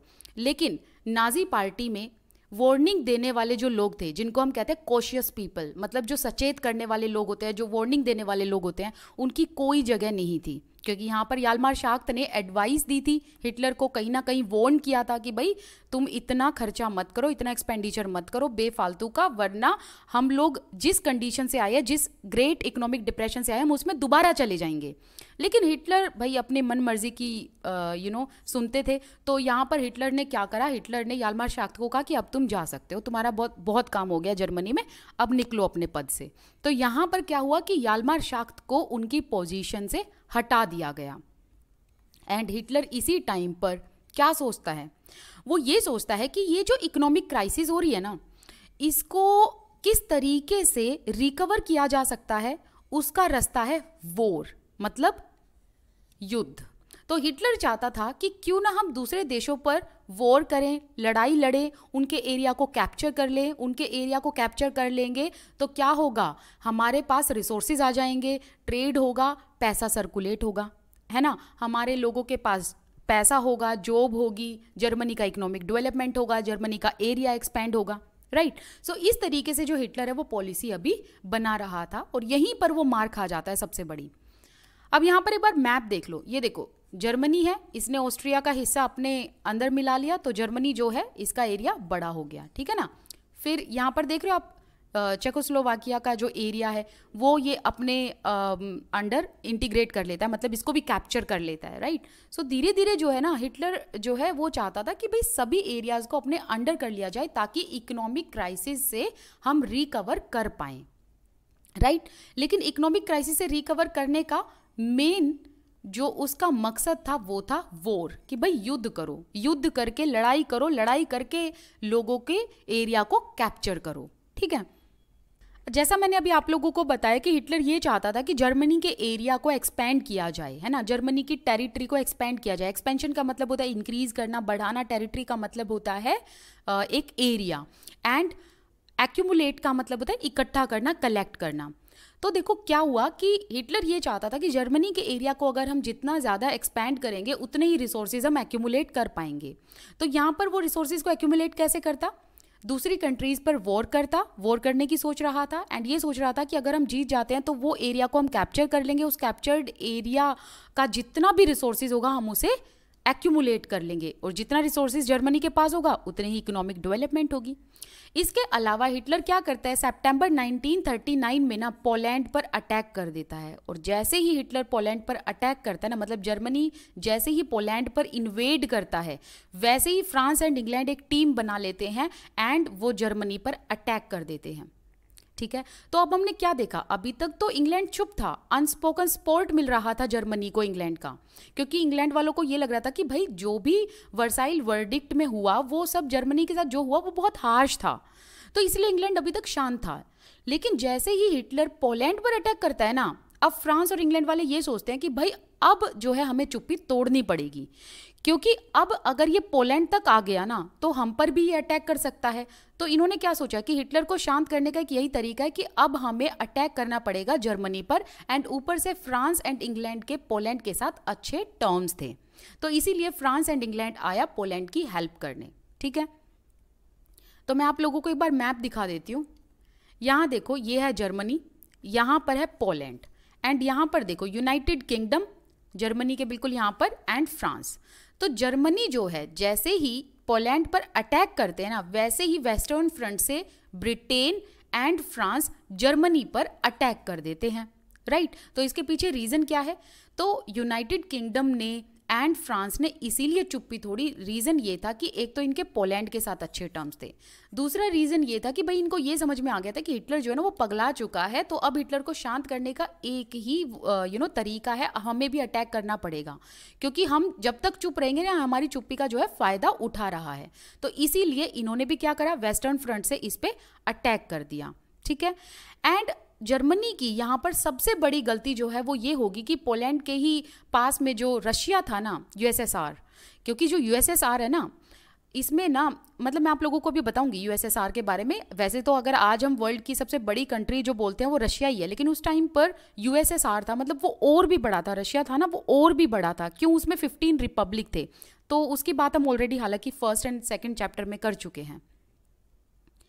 तो अब देखो क्या होता है, अब यहाँ पर ना थोड़े से लिंक समझना। क्या होता है कि जैसे ही हिटलर वॉर की सोचता है कि भाई हम जो है अदर कंट्रीज पर वॉर करेंगे एंड उन एरियाज को हम कैप्चर कर लेंगे, तो वॉर में वो क्या करता है, सबसे पहले पोलैंड पर वॉर करता है। हालांकि इससे पहले वो हमने पढ़ा था ना चेकोस्लोवाकिया के बारे में, वो सब हो चुका होता है फॉरेन पॉलिसीज में जो हमने पढ़ा। अब क्या होता है कि अब ये वॉर करता है पोलैंड पर प्रॉपर हिटलर, ठीक है। तो अब पोलैंड की हेल्प में कौन आते हैं, फ्रांस एंड इंग्लैंड आ जाते हैं। तो अब क्या होता है, हिटलर जो है ना उसको ये हो गया कि भाई फ्रांस और इंग्लैंड एक टीम में हो गए, पोलैंड की हेल्प कर रहे हैं। तो यहाँ पर क्या होता है, सितंबर 1940 में ना एक ट्राईपार्टाइट पैक्ट जो है वो साइन जो है वो बन जाता है 3 कंट्रीज के बीच में। ये पैक्ट तैयार हो जाता है 3 कंट्रीज के बीच में, मतलब इस पैक्ट में 3 कंट्री साइन करती हैं, जर्मनी, इटली एंड जापान। तो जर्मनी, इटली एंड जापान तीनों कंट्रीज मिलके ये एक पैक्ट बनाती हैं, ट्राईपार्टाइट पैक्ट। और इस पैक्ट में ये होता है कि भाई अगर हम में से कोई भी मुसीबत में होगा ना तो हम एक दूसरे का साथ देंगे।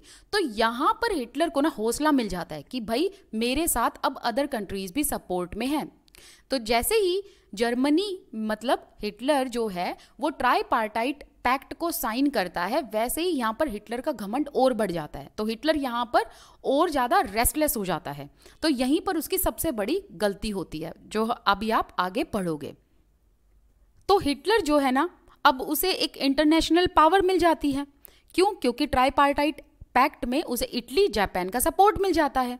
तो अब क्या होता है ना, हिटलर जो है जिन जिन एरियाज को कैप्चर करता जा रहा था ना वहां पर अपने पपेट बिठाता जा रहा था। मतलब वो पपेट जो नाजी जर्मनी को सपोर्ट करते थे, मतलब वो वही करते थे जो हिटलर उनको करने के लिए कहता था, है ना। तो अलग अलग कंट्रीज में क्या करा, हिटलर ने अपने पपेट बिठा दिए एंड ये पपेट वही काम करते थे जो हिटलर उनको कहता था। ठीक है, तो ये जो पपेट्स थे ये यूरोप के काफी सारे पार्ट में बिठाए गए, है ना।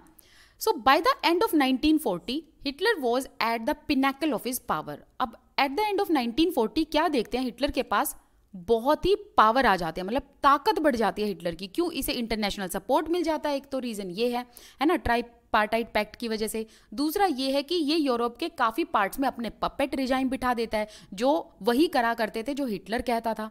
तो by the end of 1940 Hitler के पास पावर जो है वो अच्छी खासी मात्रा में आ जाती है। मतलब हिटलर जो है यहाँ पर पीक पे था, पावर की पीक पे, है ना।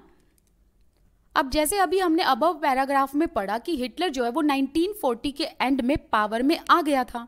उसके पीछे रीजन क्या है? रीजन देखो ये है, एक तो ना हिटलर को इंटरनेशनल सपोर्ट मिलने लगा था, ऊपर से उसने ट्राईपार्टाइट पैक्ट साइन कर लिया था। और ध्यान रखना ट्राई का मतलब होता है 3। तो ट्राईपार्टाइट पैक्ट में ना 3 कंट्रीज थी। कौन कौन सी थी?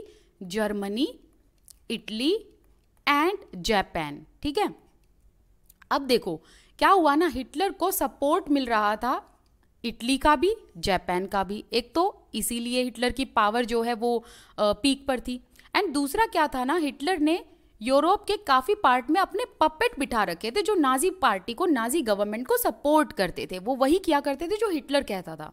तो हिटलर की ना यहाँ से पावर बूस्ट होने लगती है। उसको ये लगता है कि अब मैं जो है ना यूरोप के ईस्टर्न पार्ट को कनकर कर सकता हूँ। क्यों? क्योंकि मुझे इटली का भी सपोर्ट है, जापान का भी सपोर्ट है ना। तो अब क्या होता है, हिटलर ये चाहता है कि जर्मनी के लोगों के लिए फूड सप्लाईज कभी ख़त्म ना हो एंड लिविंग जो स्पेस है वो बढ़े, जर्मनी का जो टेरिटरी है, जो एरिया है वो भी एक्सपैंड हो। तो अब हिटलर क्या करता है, हिटलर ईस्टर्न यूरोप पर अटैक करने की कोशिश करता है। हालांकि वो ऑलरेडी कोशिश कर चुका है जब जर्मनी जो है वो ईस्टर्न पार्ट में, जैसे कि पोलैंड हो गया एंड रशिया का पार्ट हो गया, है ना। तो जर्मनी जो है ऑलरेडी पोलैंड पर अटैक कर देती है। लेकिन अब वो क्या करते हैं, पोलैंड के बाद ना वो पोलैंड के पास में यूएसएसआर है। अब यूएसएसआर मतलब सोवियत यूनियन पर हिटलर अटैक करने की कोशिश करता है। कब? जून 1941 में। सोवियत यूनियन, आप लोगों को पता है कि रशिया आज के टाइम पर वर्ल्ड की सबसे बड़ी कंट्री कौन सी है? रशिया है। और उस टाइम पर तो सोवियत यूनियन था जिसमें मतलब यूएसएसआर, ठीक है, जिसमें मतलब 15 रिपब्लिक थे। मतलब रशिया जितना आज है ना उससे भी बहुत बड़ा था उस टाइम पर। ओके, तो अब हिटलर क्या करता है, हिटलर जो है वो सोवियत यूनियन पर अटैक करने की कोशिश करता है। ठीक है, तो यहाँ पर जैसे ही वो अटैक करता है ना 1941 में, तो सोवियत यूनियन ना अलग तरीके से रिटेलिएट करती है, बड़े ही मतलब एक चालाक के तरीके से। अभी आप लोगों को पता चलेगा कैसे। अब जैसे ही हिटलर सोवियत यूनियन पर अटैक करता है ना, ऐसा कहा जाता है कि वो इसका सबसे बड़ा हिस्टोरिक ब्लंडर था। मतलब हिटलर की जो सबसे बड़ी ऐतिहासिक गलती जो थी, हिस्टोरिक जो गलती थी वो क्या थी कि इसने सोवियत यूनियन पर अटैक किया। ठीक है, अब देखो क्या होता है, Hitler exposed the German Western Front to British aerial bombing and Eastern Front to the powerful Soviet armies। अब देखो इस चीज़ को ध्यान से समझना, मैं एक बार इसको इरेज करती हूँ फिर मैं आप लोगों को ये चीज़ समझाती हूँ। ठीक है, एक सेकेंड। देखो ये हो गया जर्मनी, है ना। इस चीज़ को ध्यान से समझना प्लीज़। एंड जर्मनी का जो ये वाला हो गया हिस्सा, ये हो गया ईस्टर्न पार्ट, एंड ये हो गया वेस्टर्न फ्रंट, ठीक है। अब देखो क्या होता है वेस्टर्न फ्रंट में, यहां पर फ्रांस,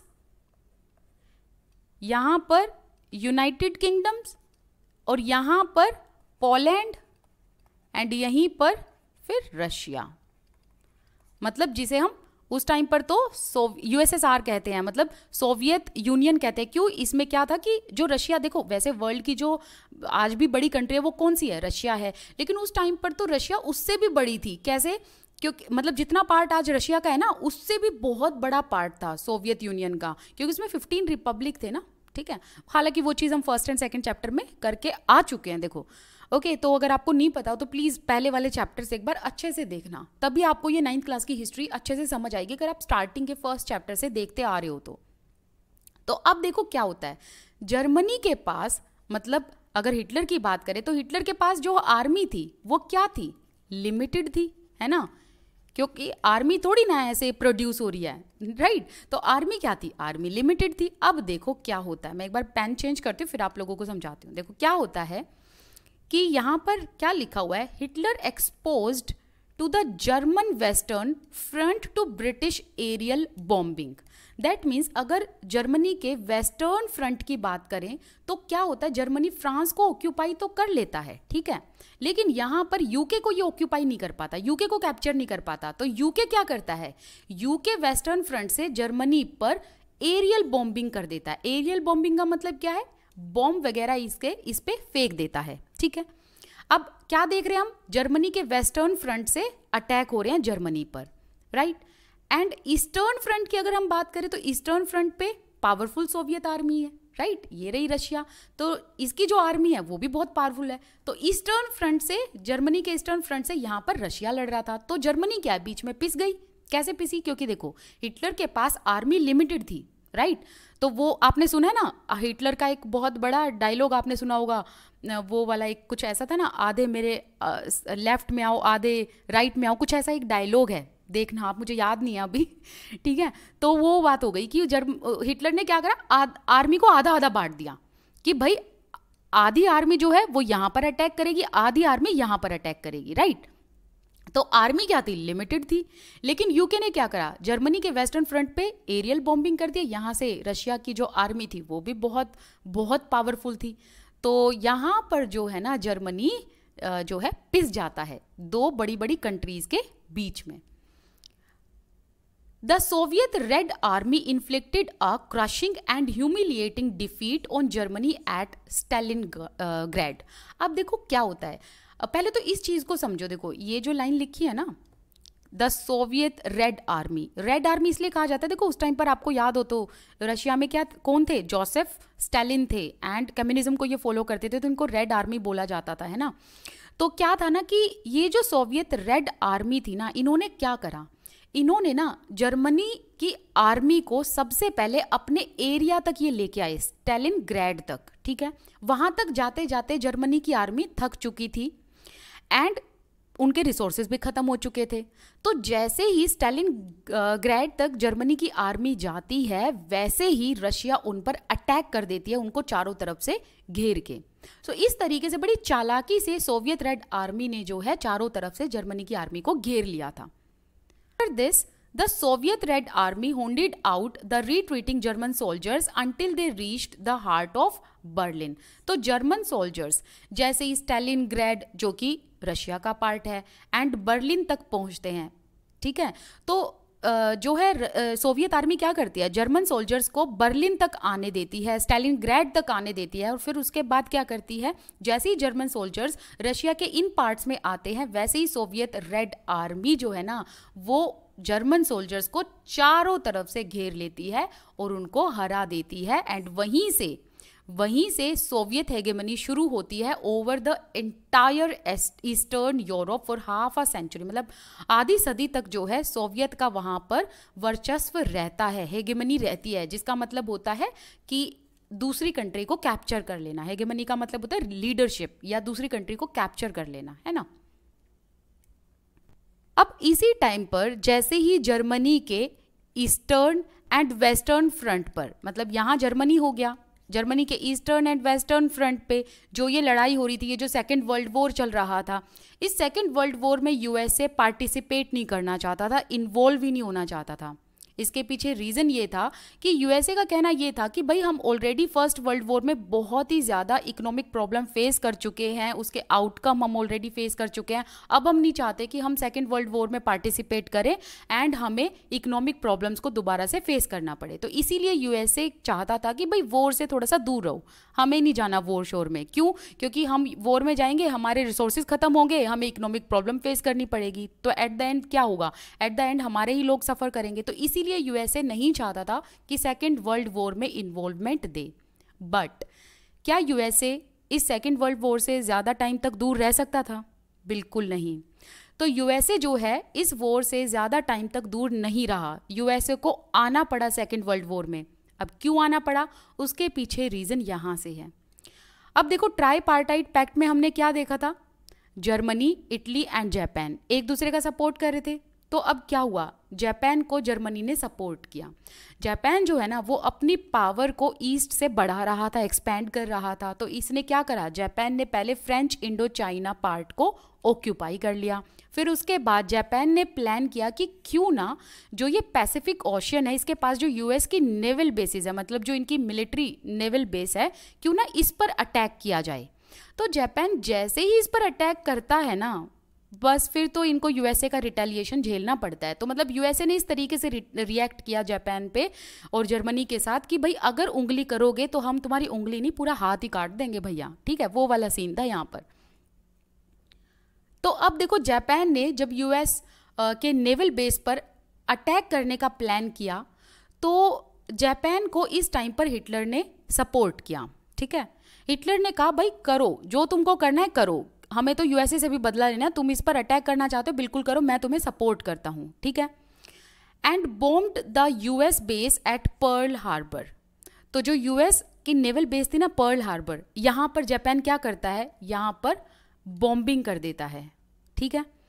अब जैसे ही यहाँ पर यूएसए को इन्होंने छेड़ा और यहाँ पर नेवल बेस पर, मिलिट्री बेस पर इन्होंने बॉम्बिंग की ना, वैसे ही यूएसए को आ जाता है गुस्सा और यूएसए जो है वो अब क्या करता है? अमेरिका अब सेकेंड वर्ल्ड वॉर में एंटर कर जाता है, ना चाहते हुए भी। क्यों? क्योंकि इनको छेड़ दिया था इन्होंने, जापान ने और हिटलर ने। तो अब यूएस जैसे ही सेकेंड वर्ल्ड वॉर में आता है तो हिटलर यहीं पर, हिटलर का द एंड हो जाता है। तो अब कौन जीत जाते हैं? अब जर्मनी के अगेंस्ट जितनी भी ये कंट्री थी ये सारी जीत जाती हैं, जर्मनी की हार हो जाती है एंड ये सेकेंड वर्ल्ड वॉर ख़त्म हो जाता है मई 1945 में एंड हिटलर की हार हो जाती है। एंड आप लोगों को मैंने बताया था इस चैप्टर की शुरुआत में, हिटलर क्या करता है? अपने आप को गोली मार लेता है चैम्बर में एंड सुसाइड कर लेता है, right? So US dropping of the atom bomb on Hiroshima in Japan. अब क्या होता है ना कि जैसे ही, अब यहाँ पर आगे की स्टोरी बताई गई है कि क्या होता है कि जैसे ही जापान यूएस के नेवल बेस पर अटैक करता है, अब यूएस किस तरीके से रिटेलिएट करता है वो देखो। यूएस ना न्यूक्लियर बॉम्ब, एटम बॉम्ब, जिन्हें परमाणु बम कहते हैं, वो जापान की सिटी में फेंक देता है, हिरोशिमा एंड नागासाकी। तो हिरोशिमा पर एंड नागासाकी पर, तो पहले हिरोशिमा में एटम बॉम्ब फेंका गया, अमेरिका ने क्या करा? जापान की जो ये दो सिटी थी ना, कौन कौन सी? हिरोशिमा एंड नागासाकी, ठीक है? तो पहले तो अमेरिका क्या करता है? जापान की जो ये सिटी थी हिरोशिमा, इस पर न्यूक्लियर बॉम्ब फेंकता है, फिर एटम बॉम्ब किस पर फेंकता है? नागासाकी पर, ठीक है? तो क्या होता है? लाखों की संख्या में लोग मारे जाते हैं दोनों शहरों में। तो अब जो होता है ना, जापान की हार हो जाती है। जापान जो है अपने हाथ खड़े कर लेता है, हाथ जोड़कर प्रणाम कर लेता है कि भाई हम तुमको नहीं छेड़ेंगे, भाई हमने हार मान ली। तो यहीं पर सेकेंड वर्ल्ड वॉर जो है वो एंड होता है। और आप लोगों को पता है कि परमाणु बम छोटी मोटी चीज़ नहीं है, ये छोटी मोटी चीज़ नहीं है, ठीक है? तो अगर आप देखोगे एक बार गूगल पे, यूट्यूब पे इसकी हिस्ट्री, तो आपको पता चलेगा कि कितनी एकदम से एक्सप्लोजन होता है, एकदम से, और एकदम से लोग मारे जाते हैं एटम बॉम्ब की वजह से। From this brief account of what happened in the second world war we now return to Helmut the father's story, a story of Nazi criminality during the war. तो अब आप एक बार हेलमुट की और उसके फादर की स्टोरी को याद करो जो हमने इस चैप्टर की शुरुआत में करी थी। अब देखो जब हिटलर यहाँ पर मर जाता है तो इस तरीके के आर्टिकल जो हैं आते हैं, देखो ठीक है, इस तरीके के आर्टिकल छपते हैं उस टाइम पर। अब देखो हमने ना यहाँ पर देखा कि सेकेंड वर्ल्ड वॉर खत्म कैसे हुआ। अब आगे हम ना यहाँ पर नाजी वर्ल्ड व्यू की बात करेंगे। तो क्राइम अगेंस्ट ह्यूमैनिटी जो हिटलर ने की थी, इन्होंने जूइश को मरवाया था, क्रिपल्ड जो पीपल थे उनको इन्होंने मरवाया था, उन वो सारी चीज़ें अब हम आगे पढ़ेंगे। तो हमने जो वर्ल्ड वॉर की स्टोरी थी ना, सेकेंड वर्ल्ड वॉर की स्टोरी, वो यहाँ पर हमने ऑलरेडी ख़त्म कर लिया। अगर आपको कोई डाउट हो ना तो मुझे ज़रूर बता देना। अपना इस चैप्टर को यहाँ पर इसको एंड करने से पहले मैं एक चीज़ आप लोगों को दोबारा से रिवाइज कराना चाहती हूँ। देखो याद रखना कि किस तरीके से था। ये है जर्मनी, जर्मनी का ये वाला पार्ट क्या हो गया, ये हो गया ईस्टर्न फ्रंट, एंड ये वाला पार्ट कौन सा हो गया, वेस्टर्न फ्रंट। ठीक है, तो जर्मनी ने क्या करा, पहले तो अटैक किया पोलैंड पे, और फिर ना ये जर्मनी जो है पोलैंड पर अटैक करती है। तो यहीं पर पोलैंड के सपोर्ट में आते हैं ब्रिटिश, ठीक है, यूनाइटेड किंगडम एंड फ्रांस। तो फ्रांस एंड यूनाइटेड किंगडम दोनों मिलकर अटैक करते हैं जर्मनी के वेस्टर्न फ्रंट पे। तो अब क्या होता है, अब जर्मनी में जो हिटलर होता है ना उसको ये लगता है भाई मुझे भी अब एक टीम बनानी पड़ेगी, जैसे कि जो यूनाइटेड किंगडम है एंड जो फ्रांस है इन्होंने टीम बना रखी है, ये टीम बनाकर मेरे से लड़ रहे हैं तो मुझे भी टीम बनानी पड़ेगी। तो एक पैक्ट बनाता है, ट्राईपार्टाइट पैक्ट, जिसमें 3 कंट्री होती हैं। तो जर्मनी को सपोर्ट करने में इटली आती है एंड जापान आते हैं। तो यहाँ पर क्या होता है, अब हिटलर की पावर पिनैकल पर आ जाती है। अब वही कहते हैं ना कि घमंड जो है वो कभी ना कभी तो चकनाचूर होगा, पाप का घड़ा कभी ना कभी तो फूटेगा। तो यहीं पर वही हुआ कि हिटलर ने क्या करा, हिटलर ने ना नॉर्थ ईस्टर्न में जो रशिया था, ठीक है, रशिया का पार्ट था यूएसएसआर, उस पर अटैक कर दिया। और यहीं पर इसकी सबसे बड़ी हिस्टोरिक ब्लंडर जो है वो इसने यही किया। अब जैसे इसने रशिया पर अटैक किया तो यहाँ पर क्या हुआ, हिटलर को अपनी आर्मी 2 भागों में बांटनी पड़ी। तो एक भाग की आर्मी जो है वो ईस्टर्न फ्रंट से लड़ रही है, दूसरे भाग की आर्मी जो है वो वेस्टर्न फ्रंट से लड़ रही है। ठीक है, तो अब दोनों फ्रंट से क्या होता है, जर्मनी की हार होती है। ऊपर से क्या होता है, यहीं इसी टाइम पर मीनवाइल, जब ये सब चल रहा होता है ना, मीनवाइल यूएसए शांत बैठा है, ठीक है, वो चुपचाप है। उसे ये है कि भाई मुझे नहीं लड़ना, क्योंकि मेरे को नहीं, हम नहीं चाहते कि हमारे लोग सफ़र करें। हम ऑलरेडी जो है वर्ल्ड वॉर 1 का आउटकम हम झेल चुके हैं। लेकिन जापान यहाँ पर फिर से गलती कर देता है। अब जापान को सपोर्ट करने के लिए हिटलर कहता है हाँ भाई करो करो, जो तुम्हारा मन करे करो, यूएसए ने हमें फर्स्ट वर्ल्ड वॉर में जो है धूल चटाई थी, तो तुम एक काम करो, तुम यूएसए पर अटैक करो। तो अब जापान क्या करता है, यूएसए के नेवल बेस पर अटैक करता है, और यही इसकी सबसे बड़ी गलती होती है। तो यूएसए, वही बात है कि यूएसए ने फिर जापान के साथ रिटेलिएट ऐसे करा कि जापान में 2 एटम बॉम्ब फेंके, हिरोशिमा एंड नागासाकी पर, और फिर वो सभी को पता है रिजल्ट क्या हुआ। और वैसे ही क्या होता है, अब जर्मनी हार जाता है, ये ट्राईपार्टाइट पैक्ट खत्म हो जाता है इन लोगों का, एंड ये लोग हार जाते हैं, एंड यहाँ पर हिटलर जो है वो सुसाइड कर लेता है। तो ये जो स्टोरी है ना ये आपको याद रखनी है, ठीक है। तो जो ये नेक्स्ट वाला पार्ट है वो हम नेक्स्ट वीडियो में करेंगे। आप मेरे साथ टेलीग्राम इंस्टाग्राम पर जुड़ सकते हैं। आपको ना टेलीग्राम इंस्टाग्राम इन दोनों का लिंक स्क्रीन पर दिख जाएगा, मतलब यूज़र नेम दिख जाएगा। तो यूज़र नेम सर्च करना, मेरे साथ जुड़ जाना। कोई डाउट है इंस्टाग्राम पे पूछो, कमेंट सेक्शन में पूछो, कैसे भी पूछो। इसके अलावा आप मुझे अनअकैडमी पर भी फॉलो कर सकते हैं, प्रियंका गौर सर्च कर लेना, आपको मैं मिल जाऊंगी। चलिए मिलते हैं नेक्स्ट वीडियो में। This side Priyanka Gaur, I wish you all the best, keep learning. Thank you so much for watching this video. Thank you, bye bye.